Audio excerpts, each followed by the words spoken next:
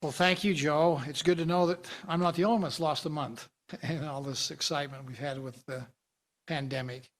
Let me again welcome everybody here. We're honored to have our weekly briefing with you today, and thanks to the media for covering this. We appreciate the efforts of many people to make sure that our people of Utah know what's taking place and what the facts are regarding this pandemic.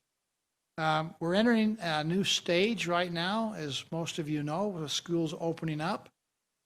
We have 40 of our 41 school districts who have opened up and welcome our students back into class, K through 12. And we're going to have a report on that a little bit from Tammy Pfeiffer, Education Director, but it's gone very well. People are excited. The students are happy to be back in the classroom. They've had a long absence, not seen their friends and their teachers. They are excited, I think, go back to a learning opportunity. They gather up their lunch pails and their books and their masks, and you can tell by their smiling eyes that they're happy to be back in school once again. So we appreciate all those who've made that possible. It's a little different. We know that. It's different than what we've been used to, and we're going to ask people to act a little bit differently. Wearing the mask, although not always convenient, is certainly an important part of keeping people safe. The medical advice and the science tells us that.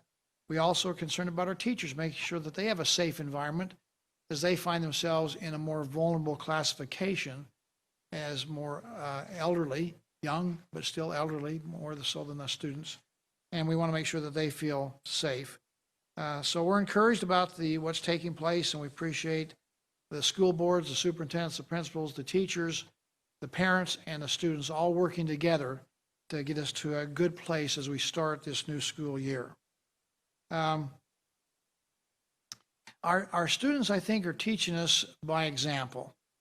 That we're seeing how resilient they are, how they're willing to, in fact, make adjustments and adapt to what is a very difficult and challenging situation with this pandemic. It's not easy. In fact, it's hard.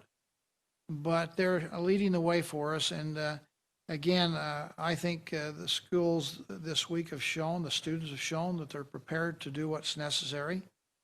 To wear a mask and to keep their physical distance appropriate and have school continue on, not only academic activities, but also extracurricular activities. So it's going to be my pleasure to introduce some of our future leaders, current leaders in their school, and taking a stand and being wise beyond the years, I believe. So I want to introduce to you Dally Cobb, Dawson Talene, and Brock Gardner. They're all seniors at Enterprise High School down in Washington County, and they have something to say to not only the local community there, but to all of us across the state. So, Dali and Dawson and Brock, are you there? Yes, we're here. All right, we'll turn the time to you. You're on. All right, thank you. We're grateful to have this opportunity and to be speaking out as students and to finally be part of the conversation. It's really awesome to be here, and our voices are being heard, and it goes to show that even though we're kids, our voices aren't irrelevant. What we have to say matters. Just in the past week, we've seen how much coming together as youth and really expressing how we feel can affect our community, and just getting our ideas out there, especially in the face of so much opposition from a lot of adults and parents. We got a lot of media attention over a speech that was given at a football game by myself and some social media battles that these two took on themselves and did awesome. I'll just talk a little bit about that speech and why I gave it and how I ended up being there.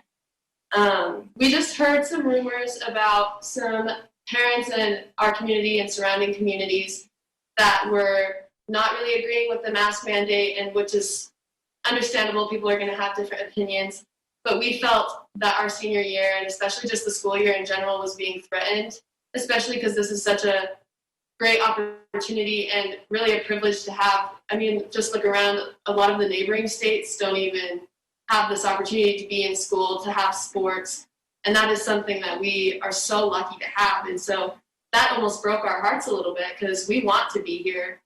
We want to stay, and even though we hate wearing masks, like, I don't enjoy it. It's annoying.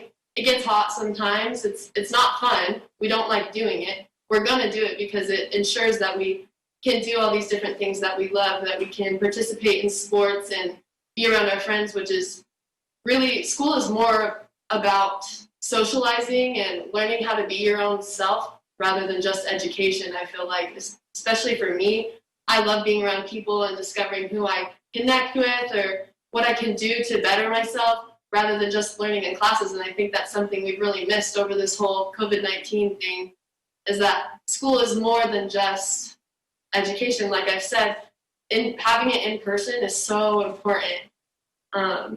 I just want people to understand that the opportunities that we have here to be in school in Utah, we're so fortunate to have that.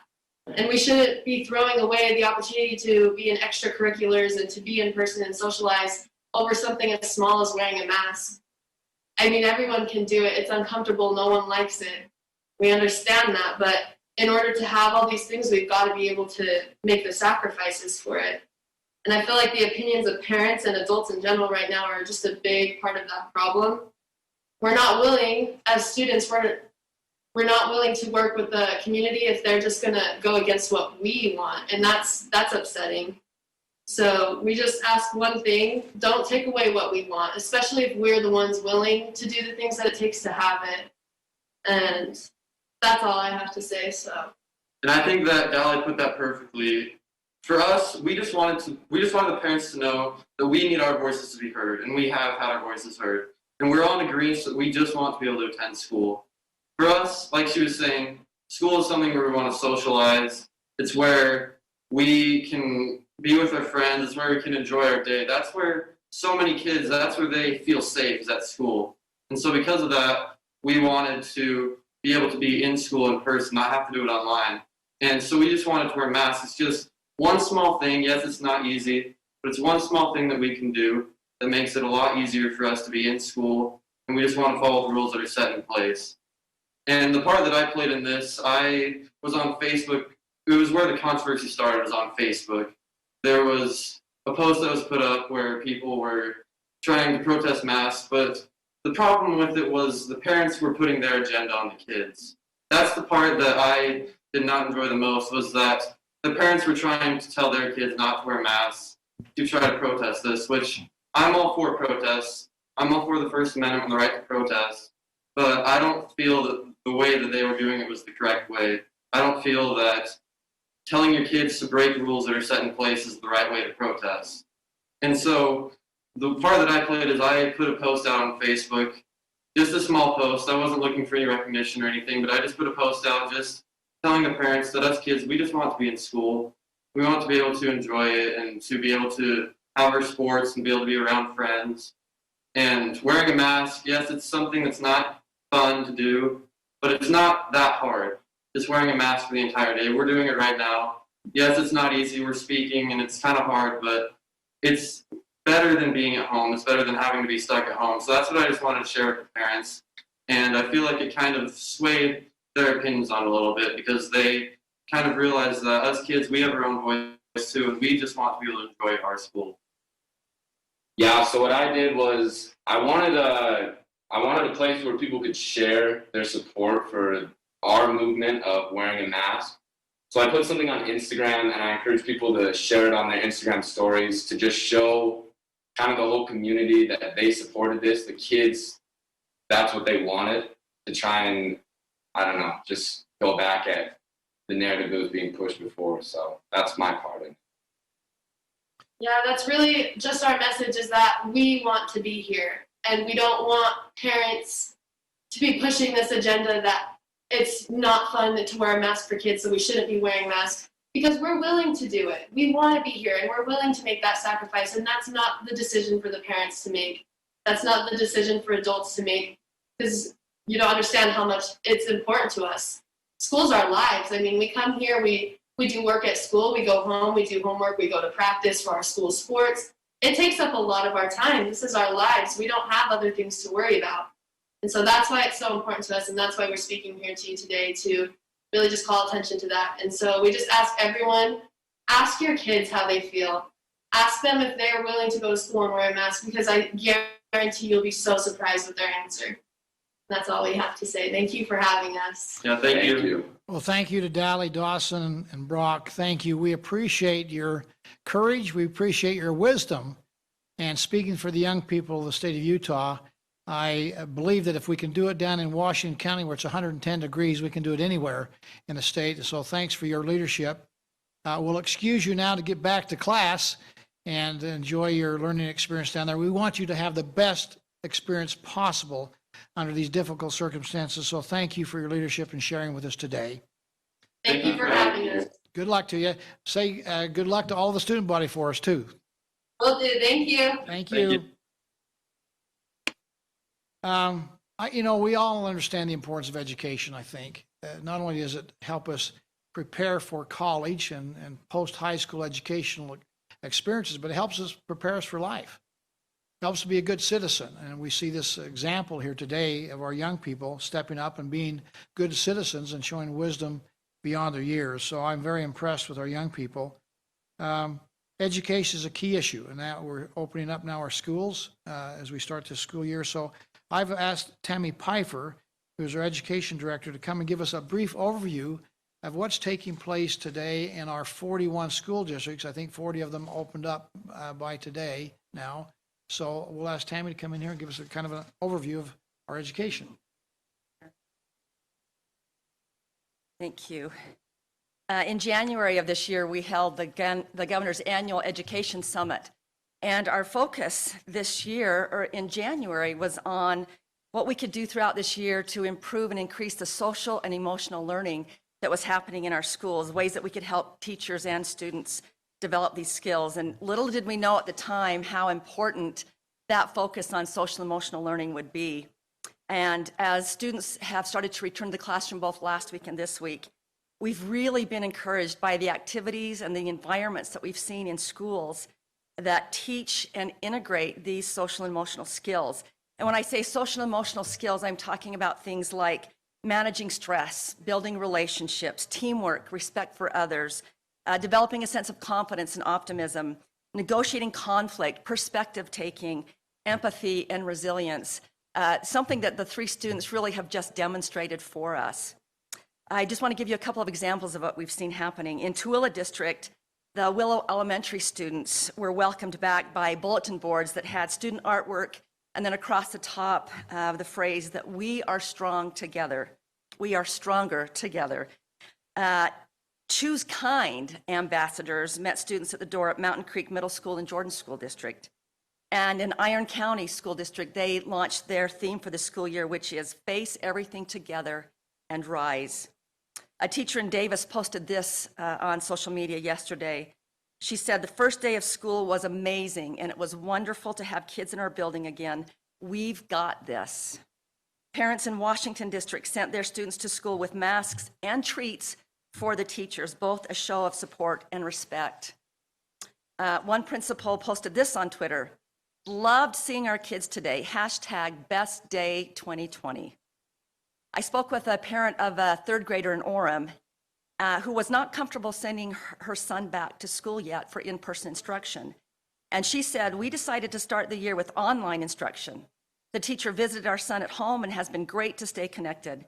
We are especially thankful that we have the opportunity to return to the classroom as soon as we feel more comfortable with that. It wasn't an all or nothing choice for the school year. And finally, this was a note I received from a curriculum director at a charter school in Clinton.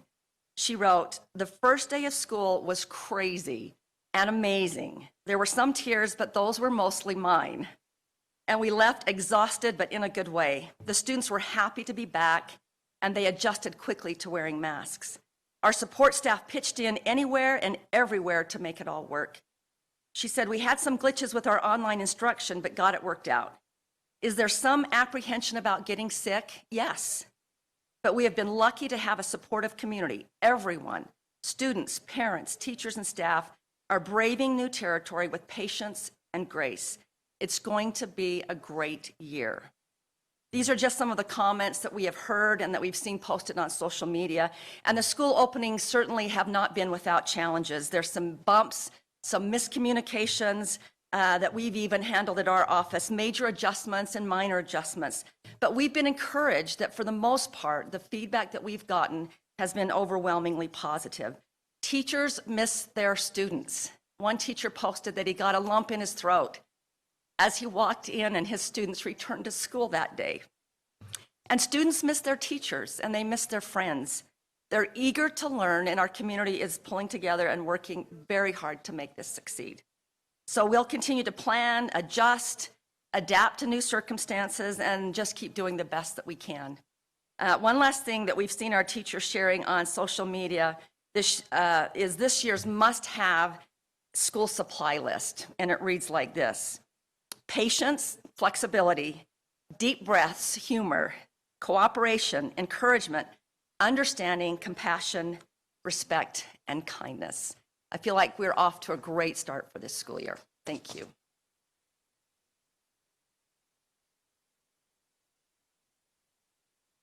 Well, thank you, Tammy. We appreciate the work of so many, have worked to open up our school year. You've heard from some students. Our teachers are doing just a great job of preparation and anticipation. Superintendents, our local school boards elected by the people, our state school board, all working together in concert to help us to have a significantly positive experience here this school year. So we thank everybody involved in this. With that, let me just mention a couple of things. And one of the things that has been an ongoing discussion point is testing. We had Nate Checketts from our Department of Health here last week talking about testing and answering some of the questions that we have regarding testing. Testing is a focus we've had. We've been very good at in the beginning. We had a lot of people getting tested more proportionally than other states. It's helped us get a leg up on tackling this pandemic and the coronavirus. We understand the importance of, along with augmenting testing, is wearing the masks when you cannot social distance, proper hygiene, all the things you've heard over and over and over again ad nauseum. Testing gives us an opportunity, though, to find out who has the coronavirus and to give them guidance on how to get through that challenge when they're sick. We can help to isolate them so they don't spread it to any other people. Our contact and our tracing efforts are enhanced. Again, efficiency would require us to have testing. And yet our testing has gone down in numbers. Let me just encourage everybody to please get tested if you have one of these symptoms. If you have fever, if you have cough, shortness of breath, sore throat, muscle aches and chills, or a decreased sense of smell or taste. If you have any of those, one of those 6 symptoms, it probably would be wise to get tested. If for another reason, to get peace of mind. We know that most of you won't have the COVID-19, but at least you'll understand, and if you do have it, we can help guide you through that process and help you not infect other people. So today I'm going to do a similar kind of a thing. We're happy to welcome back Dr. Dunn, our epidemiologist here for the state of Utah. She's been a stalwart from the very beginning on this issue, an expert in this kind of infectious disease with this virus. And we were happy to have her come back and have her talk a little bit about not only just give us the weekly report, but also to talk to us about some of the questions that we have that people have been inundating us in the Department of Health with. So we'll try to get some clarification there as we have that opportunity. So please welcome Dr. Dunn back. Welcome.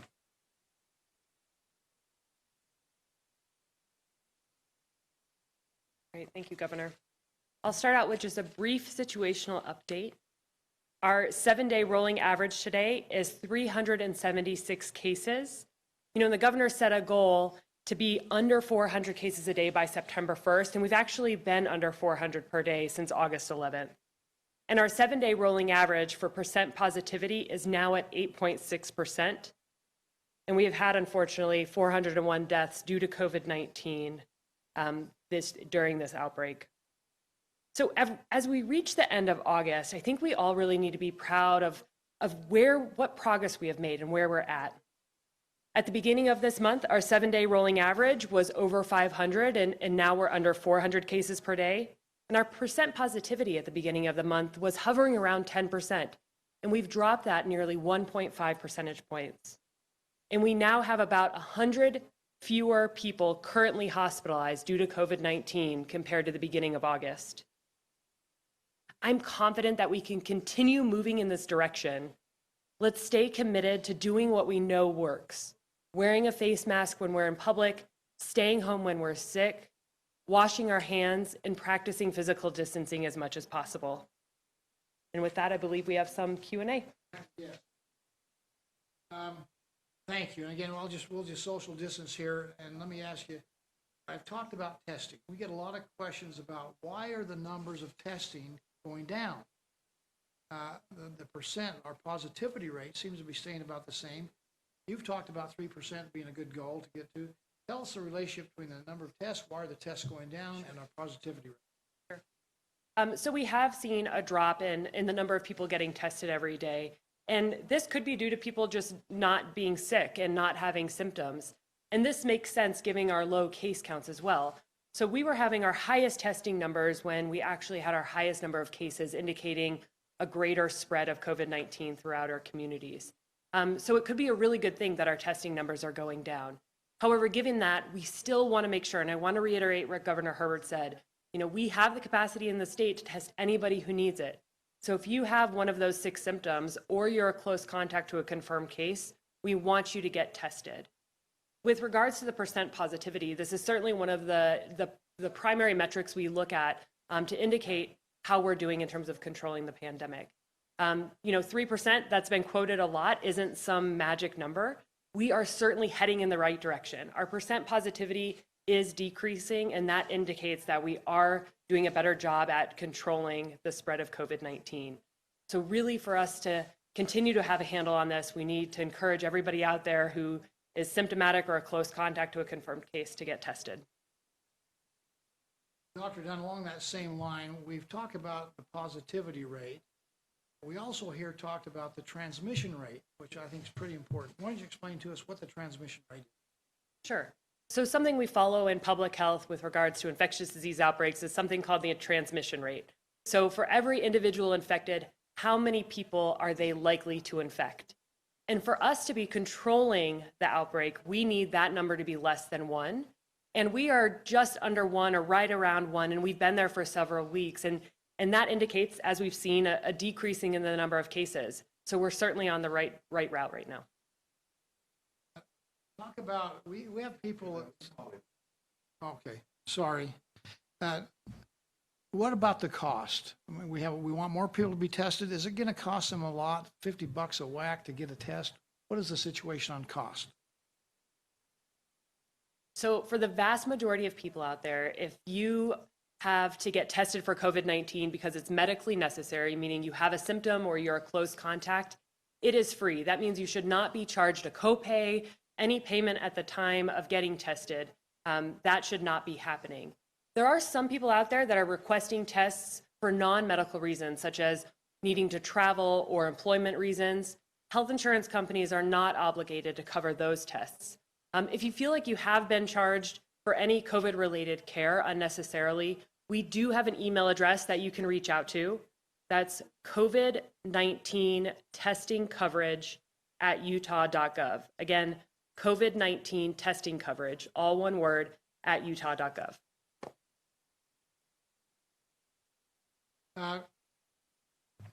We have the positivity rate and the case numbers, which has been kind of at the forefront. What are some of the other metrics that we ought to be watching closely to see if we're winning this battle against the pandemic? From the beginning of this outbreak, our primary goal was to protect hospital capacity. And we've been able to do that here in the state of Utah through a great collaboration with all of our healthcare partners. And so that's something we're still putting on our primary metrics that we look at every day. We want to make sure that we have enough hospital capacity, both ICU and non-ICU beds, to take care of COVID and non-COVID related sicknesses and illnesses. And we're under 50% for both of those metrics for all illnesses. And COVID only makes up, a small fraction of the number of beds being taken up by for ICU beds and non-ICU beds. So that is certainly, in addition to case counts, percent positivity and transmission rate, hospitalization capacity is still something we look at. Last question, Dr. Dunn. We've invited people, we've tried to have open and transparent numbers out there and information regarding the pandemic and the coronavirus. We have a webpage, coronavirus.utah.gov. You can go and get probably more than you ever want to know about the pandemic. But the question that keeps coming, can we trust the numbers? Somebody in the back room trying to figure out what we ought to have as numbers and making that the outcome as opposed to legitimate numbers and transparency that we're putting out to the public. Can we trust the numbers? So our data comes directly from laboratories to the Department of Health surveillance system and right on to the website. So we have a lot of confidence in those numbers. And we at the Department of Health hold ourselves up to the highest integrity when it comes to reporting data. That is one of our primary missions, to make sure that the public has accurate data. And we do that. If you look on our coronavirus.gov website, we've been transparent throughout this outbreak, and we actually have more data on there that's available than a lot of our other states here in the US. And so it is something that I am really confident about, and can assure you that it is accurate, all that data on there. Well, thank you, Dr. Dunn. We appreciate your work and your service, and welcome back. I know you had a nice vacation up in the mountains, and now you're back to the grindstone. So thank you for helping us out. Let me just finish on a positive note here. Utah is moving in the right direction. It doesn't mean we're perfect. It certainly doesn't mean that we're close to the finish line. This is no time to say it's good enough. And in fact, we need to redouble our efforts. With us getting back with school, we're going to have more social activities and gatherings, more dense populations getting together more than ever before. We need to practice the advice that's been given to us by Dr. Dunn and many in the medical arena, and those who are scientists, saying wear a mask, social distance, wash your hands. Please don't go anywhere if you're sick, and be extra careful. And if we'll do that, we're going to continue to progress in a positive way. The good news for us is I've listed down 5 things. One, our economy, which has never been shut down like other states, is showing signs of growth and prosperity. The Department of Labor statistics came out last Friday. Our unemployment rate is at 4.5%. 4% normally you think in terms of full employment. We have many jobs out there that are wanting right now in spite of the pandemic, but they just lack people that have the skills. That's again why it's important for us to have school and get that education, K through 12 and post-high school education. Again, our economy is doing well, the best of any economy in the nation today. 2, we see the private sector stepping up. They recognize they want to create a safe environment for their customers to come and shop. So I appreciate the chambers of commerce throughout the state, headed up by Derek Miller here in Salt Lake City, that has a stayopenutah.com webpage where people can sign and take the pledge to stay open by staying safe. As we work together in this regard, wearing masks, and many stores now requiring you to, if you're going to come and shop at my store, we request respectfully that you wear a mask to help limit the spread of the coronavirus on the off chance that you might have it. Again, the private sector stepping up. We have over 1,500 businesses who've taken this pledge now and growing. And we appreciate the private sector stepping up and doing their part. I'm pleased to see the 7-day average. You've heard Dr. Dunn talk about, we're about 370 on a 7-day rolling average right now. And that's good news because it's been everybody working together, a lot of volunteer work as well as mandatory work when it comes to the wearing of the mask. We appreciate the work of many that's helped us. And then people just being a little more cautious, a little more careful. How you conduct your life and how you go about your business is important if we're going to slow down the spread of this virus. The hospitalization rate, again, has dropped dramatically. Right now, COVID-19 patients are only using 9% of the ICU beds. That's been almost cut in half from where it used to be. So that's a good sign when it comes to making sure we don't overwhelm the hospital and the healthcare system. And our ICU beds now, 9% is what have COVID-19 patients in them. Only 2% of the overall bed space. and we're only utilizing about half of the beds that we have in our hospital. So we have significant headroom, which is where you want to be in case we have a surge or something that happens, a breakout someplace here throughout the state. So hospitalizations continue to fall, and that's really great news. Let me just tell you too, I'm encouraged. I've talked with our medical advisors and our experts here in the state of Utah, as well as the FDA, Commissioner Hahn. There really has been an all hands on deck effort to see if we can develop a vaccine. What we're going to be doing in a year's time is what would normally take 3 years to get a vaccine approved. And we have, by most accounts, we're just months away from having a vaccine. Now, I don't want to say something that gives you hope that's not true. We'll know probably by the end of this year how things are working with the FDA. And most people think by the end of the first quarter of next year, we should have a vaccine available, and then starting have the opportunity to distribute that to people who want to have the vaccine, which is going to help us get back to normalcy. So I like the trend. I like the position that the state of Utah is in when it comes to protecting people's health, helping us conduct ourselves so that we don't spread the coronavirus, and also opening up our economy so that livelihoods are being protected as well as lives. Our mortality rate is the lowest in the nation. And so, again, we're doing some things very well, but we still have need to redouble our efforts. Let me just, as we turn time now for questions, let me just remind the media in particular, we will have a press conference tomorrow, which will be done in Spanish, habla español, and Lieutenant Governor Cox will be here. He speaks Spanish, and so he'll conduct that tomorrow. So we'll have one for our Hispanic friends and neighbors here in the state of Utah. With that, we'll take a few questions. We've got about 5 minutes before we have to leave. Good morning, Governor. It's Sean Means from the Salt Lake Tribune. A question possibly for Dr. Dunn, but Health Department recently dealt with a lab that was reporting artificially high on positive tests and artificially low on negative tests. My question is, why 6 months into this are these kind of problems still happening, where there's discrepancies in reporting like this? And then secondly, the study last week from the University of Utah and ARUP about the efficacy of saliva tests, is that going to make tests easier and more available, being able to use saliva tests? Saliva test. Dr. Dunn? Sure. So earlier this week, I just want to clarify, the data is real. All the data we've received is real. We have real positives and real negatives.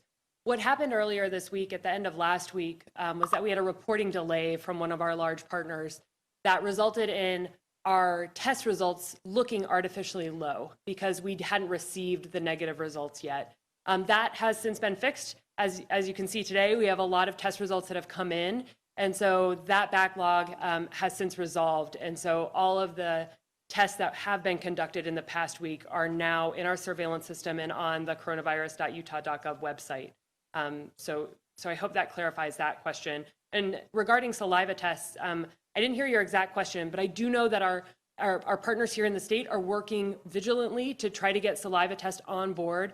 We are all eager to have a test that's less invasive but is accurate so that we can increase accessibility and timeliness of COVID-19 testing in the state here. Thank you. Thank you. Next question.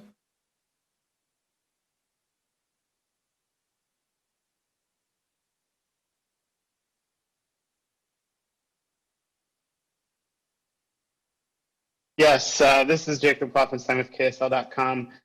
Question for Dr. Dunn. I know you just mentioned that there's a lot of data available on the dashboard already. Obviously, we're really grateful to have that available. But I am wondering if there's a plan to provide a little bit more data about schools and,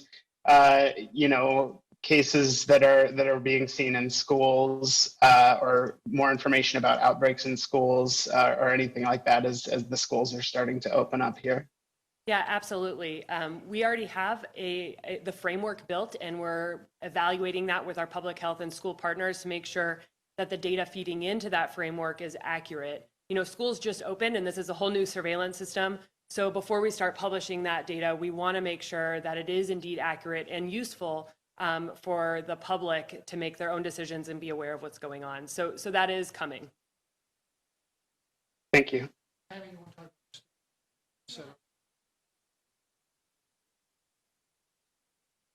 I'd like them to talk along the same line about the standards that have been set up in place, and then the plans that each district has done in trying to follow those standards. All the plans are not the same. And I know we've had some concerns, but if we have somebody in a classroom that shows up with the COVID-19, we quarantine the whole class.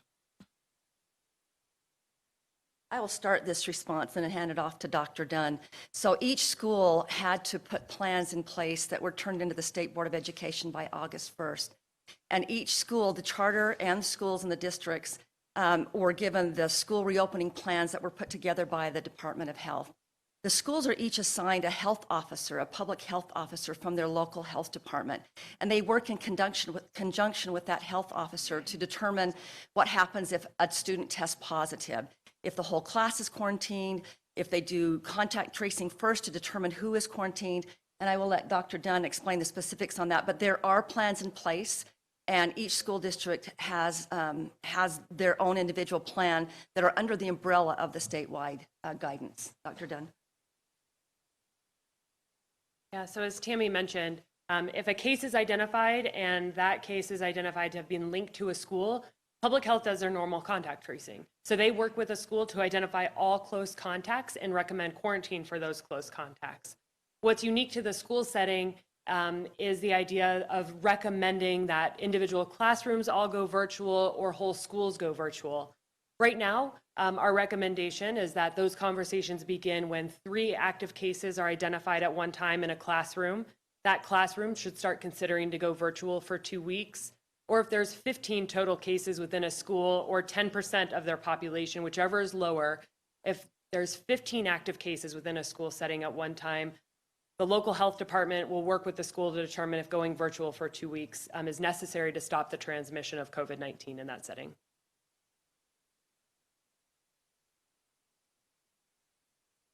Okay, next question.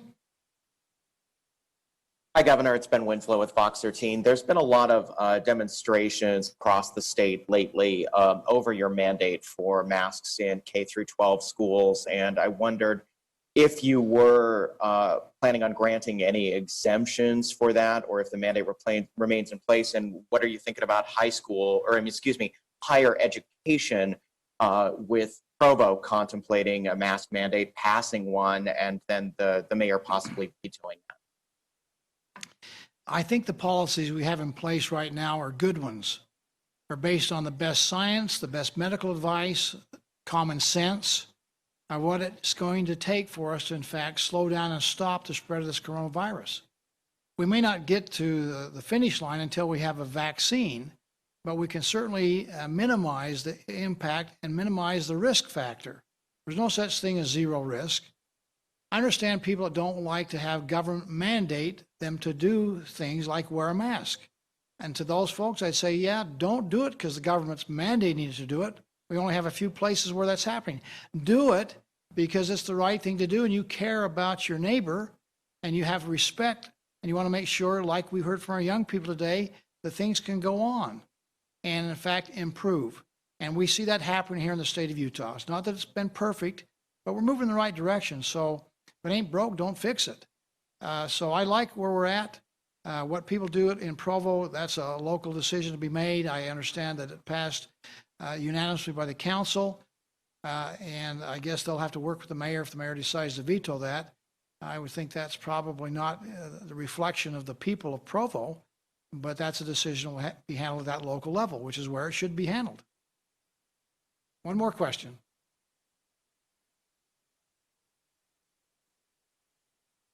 Yes, this is Wendy from Deseret News. We've seen data from Salt Lake County on how officials there believe the mask mandate has helped slow the spread of disease. What is the explanation for other areas of the state that are also seeing drops in those numbers? That's a great question. I think it has to, and I'll let Dr. Dunn kind of sum this up too, but I think people's behaviors are changing. It's really about how people act. Do you wear a mask when you're inside a closed building or not? Do you, in fact, careful with your social distancing? Do you watch carefully how your hygiene is and washing of your hands on a regular basis? You can make it happen by government fiat, or people will do it because it's the right thing to do. And I think we're seeing in other counties and other areas where people are just doing it because they understand it's an appropriate thing to do to keep themselves safe and keep their neighbors and family members safe. So I don't have much else to add to Governor Herbert. I mean, the statewide decrease is certainly encouraging. And we know that people have changed their behaviors in terms of physical distancing, staying home when they're ill, and wearing a mask. That really helps us decrease the spread overall. So just need to keep it up. Thank you. Let me just conclude here and say we thank everybody for their cooperation. As I've said in the very beginning, and I'll say it again, we have a good plan in place. It's come because of the best minds we have in the state of Utah working together to come up with a plan of how can we get through this pandemic with minimal casualty. And we appreciate the efforts of so many people. But it only works if we all play our part, if we all do what we can. If we all do a little, we'll all do a lot together. And that's really what's happening here in the state of Utah. And I recognize some of the objections that people have out there, but we're not asking you to do much. There's minimal sacrifice involved in having to wear a mask. We're not asking things that are really hard or difficult to do. Again, our young people taught us today, they're willing to take that little sacrifice so that the schools stay open, so they can have activities, not only in classroom, but after school extracurricular activities. That's the attitude of most all of our students across the state. We, the adults, ought to follow that lead and have that same kind of a positive attitude. Give what little sacrifice we need to do for the good of the whole. That's the Utah way. Thank you very much. All right, this will conclude today's briefing. We appreciate all of our interpreters in Spanish and American Sign Language and all of those who provided technical support today. We are excusing all of our special guests and our speakers today. So thank you, and we will talk to you tomorrow in Espanol. Thanks.